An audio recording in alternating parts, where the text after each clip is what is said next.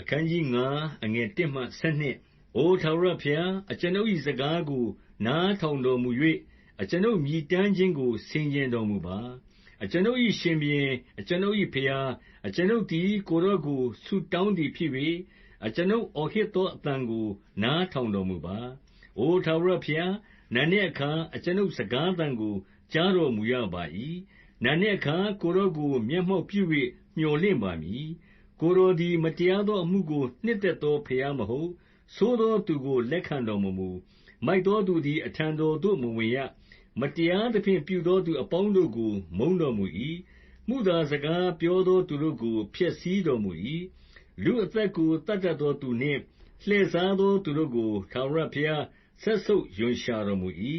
အကျွန်ုပ်မူကားများစွာသောကျေးဇူးတော်ကိုခံစားရသဖြင့်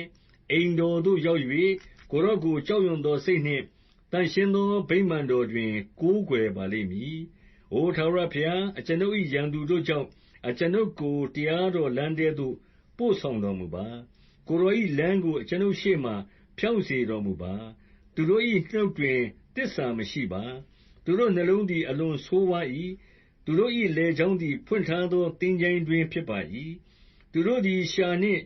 ချော့မော့တတ်ပါ၏။အိုဘုရားသခင်သူတို့အပေါ်မှာအပြစ်ရောက်စေတော်မူပါ။မိမိတို့အကြံအစည်အားဖြင့်လဲကြပါစေသော။ကိုယ်တော်ကိုပုန်ကန်သောသူဖြစ်၍ပြစ်မှားသောအပြစ်များသောကြောင့်သူတို့ကိုနှင်ထုတ်တော်မူပါ။ကိုယ်တော်ကိုကိုးစားသောသူတို့မူကားဝမ်းမြောက်ကြပါစေသော။စောင့်ရှောက်တော်မူခြင်းကိုခံရ၍ဝမ်းမြောက်သည်နှင့်ကြွေးကြော်ကြပါစေသော။နာမတော်ကိုချစ်သောသူတို့သည်ကိုယ်တော်ကြောင့်ဝမ်းသာရွှင်လန်းခြင်းရှိကြပါစေသော။အိုထာဝရဘုရားကိုယ်တော်သည်ဖြောင့်မတ်သောသူတို့ကိုကောင်းချီးပေး၍